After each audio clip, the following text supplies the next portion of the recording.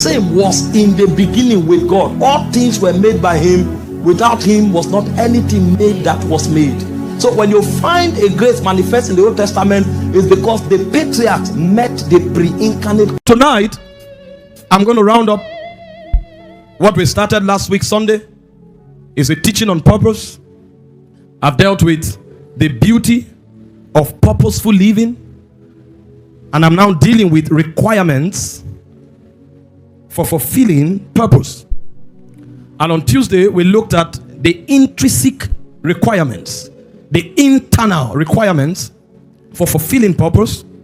And tonight, within the short time that we have, I'll attempt to advance some external or extrinsic requirements for fulfilling purpose. But quickly, to give us a reminder, we said purpose is very important. It is what substantiates your existence. A man who does not live for a purpose is almost not different from an animal. What separates us into our class and gives us relevance both in time and in eternity is the quality of purpose that we were given and the extent to which we fulfill it. I said when you get to the end of your journey in time and you look back, there is something that will matter. It's called fulfillment. And the only reason you will find fulfillment when you look back will be because you fulfilled purpose. If you didn't, you will discover that your death or your transition point will be a torment. And then when you look forward, what will matter are the rewards that you are going to inherit as you go into the next dispensation of existence. And again, whether you will merit any reward is also to the degree that you fulfill your purpose. So both fulfillment and reward are at the mercy of the fulfillment of purpose. This is why purpose, amongst other things, stands out as the most significant essence of your life.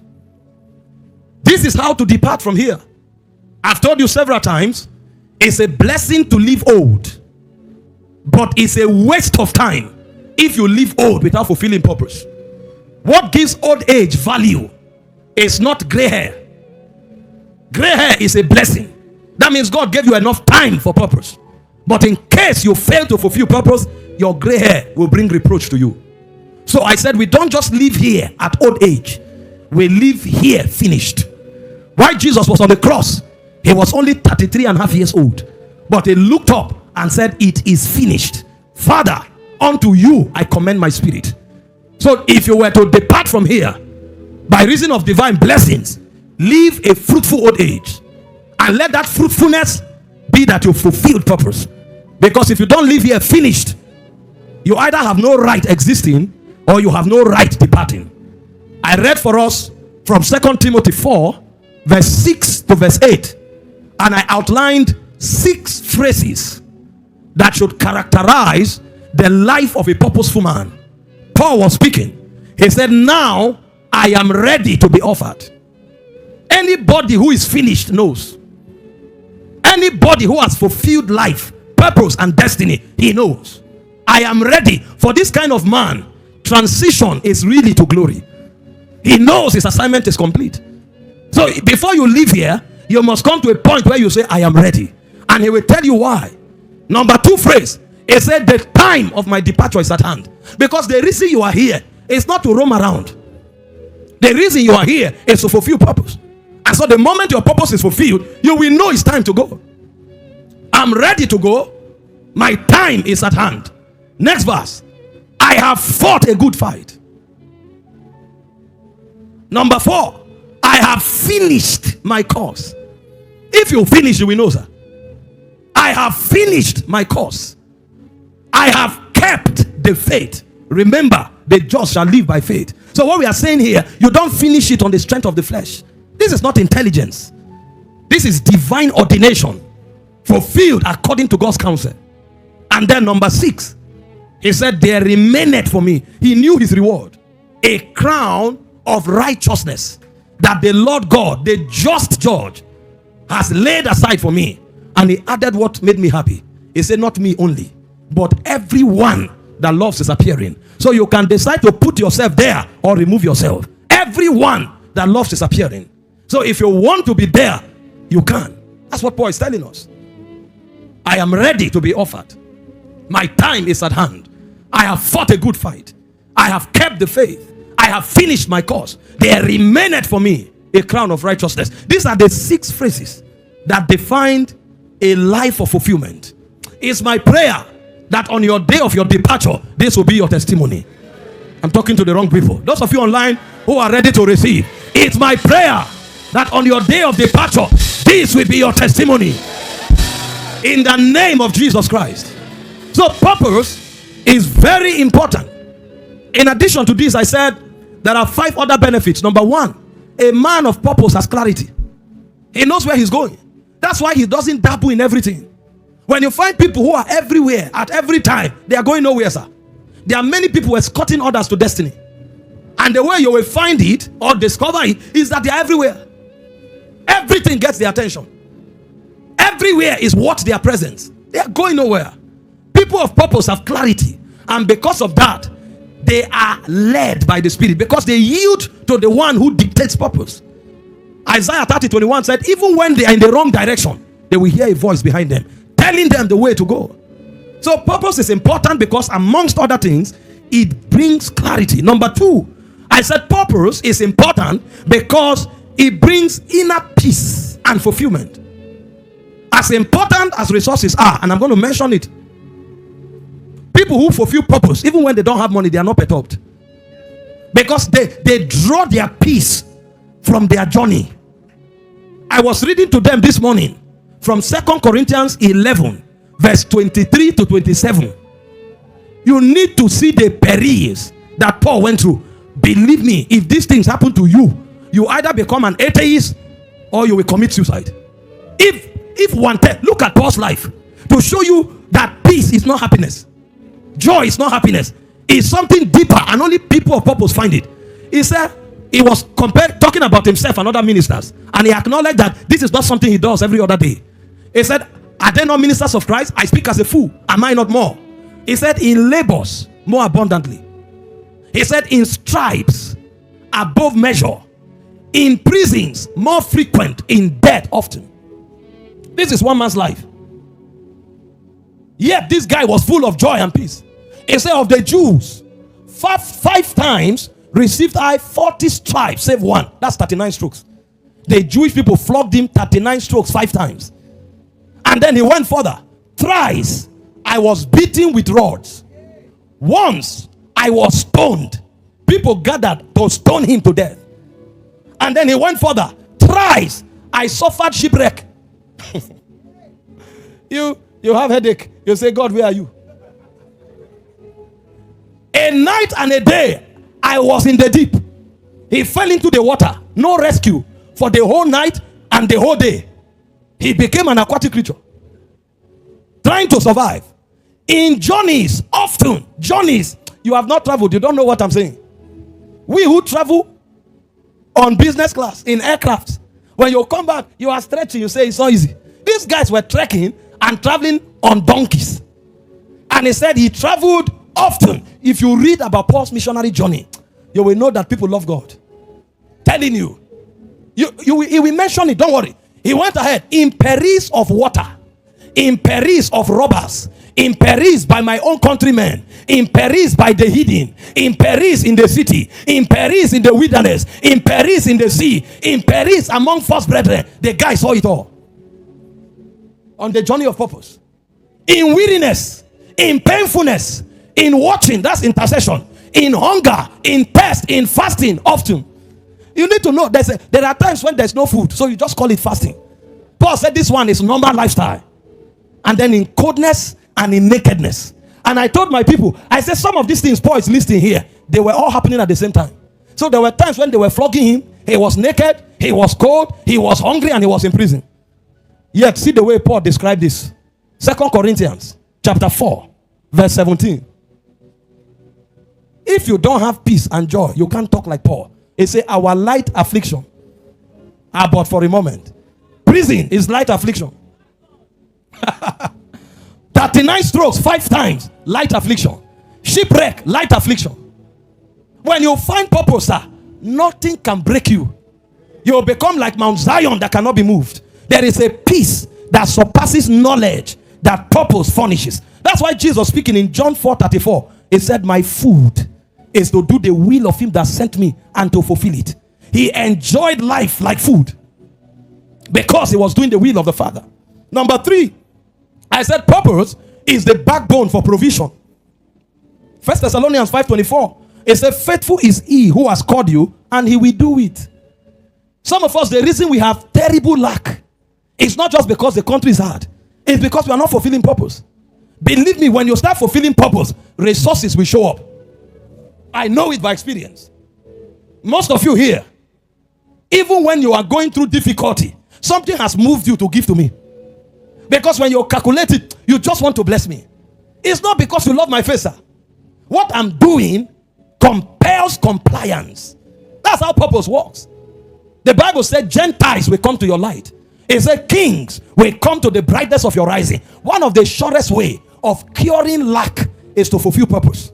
When you find your purpose, strangers will build your walls. You will suck the breast of kings. I'm telling you, the reason many people are shouting and crying, they've not entered their purpose. Either they have not discovered it, or they are not yet living it. They are still jumping and doing all kinds of permutations. Genuinely face your purpose and see the way God will back you up. See the way Paul will say it. Philippians 2:13, is God that worketh in us, both to will and to do. There is empowerment, sir. There is provision because he's fulfilling purpose. Number 4, you fulfill purpose, influence and impact becomes a byproduct. Real purpose compels influence. Real one. You study the life of Jesus when he returned and started his missions. The Bible said the land of Zebulun, the land of Naphtali, by the way of the sea, beyond Jordan, Galilee of the Gentiles. Matthew 4:15. It said the people that sat in darkness have seen a great light. And Luke 4:15, the Bible said his fame went abroad. Some of us are not influential because we are cutting our hair and showing haircut. We are just preaching Jesus. And millions are following from all around the world. It gives you opportunity to impact people. And that's why I told you that if you are not impacting people, you have not found purpose. Purpose is not about self. It's about God and others. Then self will be taken care of. So it has to do with impact. And then finally, purpose procures eternal reward. Like you saw already in 2 Timothy 4:8. There remaineth for me a crown of righteousness. This is why this thing we are dealing with is so important. And you must make up your mind to begin to fulfill purpose. And I said, in order to have clarity, you need to understand what purpose is. And I said, it's not something you can just define with 1 or 2 sentences. Because purpose is like a spectrum. There are many layers to it. But for you to truly understand what purpose is, there are 5 basic concepts that explains it. I said, number 1, purpose has to do with divine intention for creation. So when you find a man who is walking in purpose, he has isolated the reason for his creation. If you have not understood and isolated why you are here, then you have not understood purpose. It said in Jeremiah 1:5, before you were formed in your mother's womb, it said, before thou camest forth out of the womb, I sanctified you, I ordained you to be a prophet. So the guy knew the intention for his creation. You can't be relevant if you don't know why you were created. Imagine if this microphone, assuming it had cognitive capacity, and then the microphone assumed it was a hammer. It will be useless. So you first of all need to know why you were created. If you have discovered why you are created, you have entered the first rung of the ladder of purpose. And then number 2, I said purpose is living out that assignment or calling which necessitated your creation. When you start living that assignment. So on one side is to discover it. On another side is to live it. You'll find many people, they tell you, this person you are seeing here is a prophet. Guess where prophet is? Prophet is among Yahoo people. Swindling money. And then when you talk, you say, Kai, I'm a prophet. I had visions. My mother told me. Where are you, prophet? Yahoo. I told you one of my friends who came to me and said, God told him he is the Apostle Paul of this generation. Apostle Paul? I shook. Do you know how many apostles are in this generation? And you are the one carrying the mantle of Paul. Apostle Paul is my friend, so I won't talk much. But we are here to see Apostle Paul. It's not enough to isolate it. Leave it. This is where purpose actually begins to take shape. The Bible said in Ephesians 2:10, we are his workmanship. We were created in Christ Jesus for good works. 2 Timothy 1:9, he said he has called us with an holy calling, not according to our works, but according to his own purpose. So we were called for an assignment. You understand purpose when you find that assignment. You understand purpose when you begin to live that assignment. And I said it doesn't stop there. You are also working in purpose when you have understood the peculiarity of your design. When you find a man of purpose, there is no doubt in understanding about who he is. Because your design, to a large extent, influences your efficacy in carrying out your assignment. This microphone is excellent at this moment because it was designed to do this. Imagine if I wanted to use this microphone for something else. Perhaps to nail something. Every time I hit it, it damages. Because that work is not consistent with the design. So it's not just enough to find your purpose, your intention.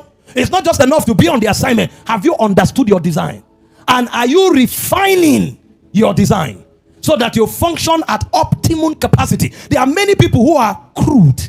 Meanwhile, as they journey in purpose, different cadres, different levels of the assignment requires different level of transformation.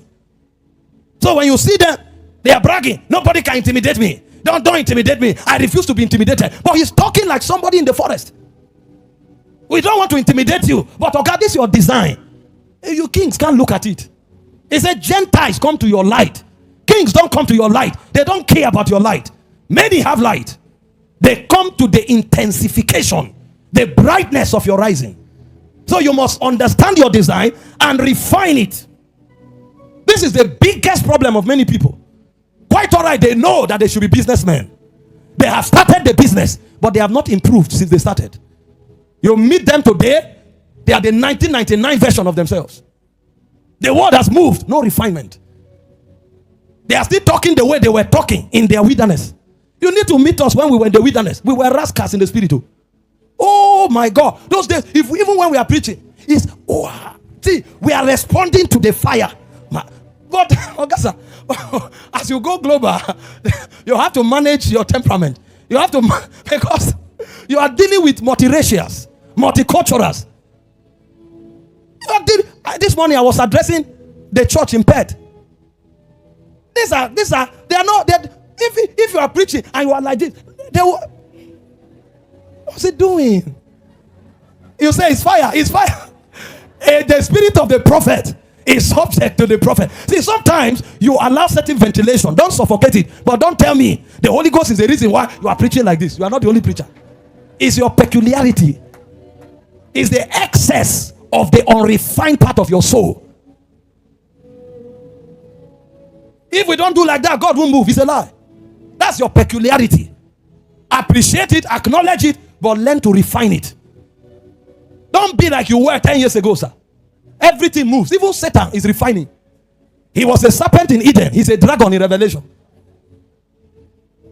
So understand your peculiarities, develop them, improve on them, refine them. Your purpose requires that. And God will need to give you revelation to understand what I'm saying. Because usually people don't agree. When you start maturing, you will know. Those days when we used to pray in the wilderness, oh my God, we will hold the war. Oh, what they call the wailing war, we have first-hand experience. We will hold the war, and as you are vibrating, your body is shaking like this for 3 hours. When you finish, where you are will be like the pot bucket of water. You will now know that you have shaken something. Now, at that level, revelation was low, so we needed to exert. You know, when the edge of the axe is blunt, you exert more energy. So it's not wrong. We needed that level of exertion because we didn't know much. Even to cast out devils, you needed to see the brutal prayer we used to pray to cast out demons. When we are going to cast out demons, sometimes we go like 5 of us. We enter the room. You are shaking. Even the demon will know warriors have come. My lord, Saka Hibaka Meleketo. You see one person stand like this. When we are fired for 40 minutes and the atmosphere start changing, the person starts shaking because we are praying and watching. When the person start feeding the fire, Mala, then you remove your suit, throw it somewhere, and you stand. You devil, you can't. We have come. There's nothing wrong. Don't get me wrong. That's what we knew. In fact, when you spend 4 hours to cast out demons, it means you have gained rank in deliverance. In our understanding. I started reading the Bible. Jesus shows up. Before talking, they're already screaming. Why have you come before your time? I say, Sometimes he looks at them and they are out. Sometimes they are even begging him, don't cast us here, cast us there. Oh, is that how it is? What is the cure? We have to go back and study again. You need refinement. But you have to understand your shape to refine your shape. And then finally, number 4, we said purpose is impact. If you are not making impact, you are not fulfilling purpose. Most of the people we celebrate are not what celebrating. You say somebody is a president, somebody is a senator. What has he done? He has only bought Ferraris and Lamborghinis. The village where he parked them, there's no road. And because we are poverty-stricken people looking for peanuts, we are compelled to celebrate them. What are you celebrating? Somebody said the senator for 8 years. He returned to his village. There's no road. There's no water. And then he has Ferrari. He has a G-Wagon. He has all the cars. And he's feeling important. That person should be an object of public ridicule. He knows nothing about leadership. He has wasted the time of that constituency. Somebody says he's a pastor. No impact in the lives of people. No impact in the environment. And you say you are a senior prophet. Senior how? This thing is all about impact. I showed you from Luke 4:18. The Spirit of the Lord is upon me. That was the only time we heard me. Me vanished. For he has anointed me to do what? Preach the gospel to the poor. He has sent me to heal the brokenhearted, to bring deliverance to the captives, recovery of sight to the blind, and to set at liberty them that are bruised. Purpose is about others. It's about God. It's as you are doing this too that your own meaning comes out. So if there's no impact, you don't know purpose. When we talk purpose, we talk intention for your creation. We talk walking your calling and assignment. We talk understanding your design, developing it for greater impact. Then we talk impact on others, why they glorify God for that impact. This is what purpose is about. And if you were to define purpose, this is how to define it. And then I said, finally, purpose is living now for eternity. When a man lives and his focus is eternity, when eternity influences how you live in the now, you have understood purpose. Paul said, our light affliction are but for a moment. 2 Corinthians 4:17. Why? For they work for us an exceeding weight of eternal glory. He said, why we look not at the things which are seen, but at the things that are unseen. For the things that are seen, they are temporal, but the things that are unseen, they are eternal. So the reason they were living the way they were living is simply because they knew that everything they do here is what will determine who they will be, where they are going. I told you, the finished works of Christ will take you to eternity, but it's your work that will give you a place in eternity. So purpose is intent, divine intent. Purpose is assignment and calling. Purpose is shape and design. Purpose is impact on others. And purpose is living for eternity. When you understand this spectrum, and when you live according to this spectrum, you are a man of purpose. You understand what purpose is.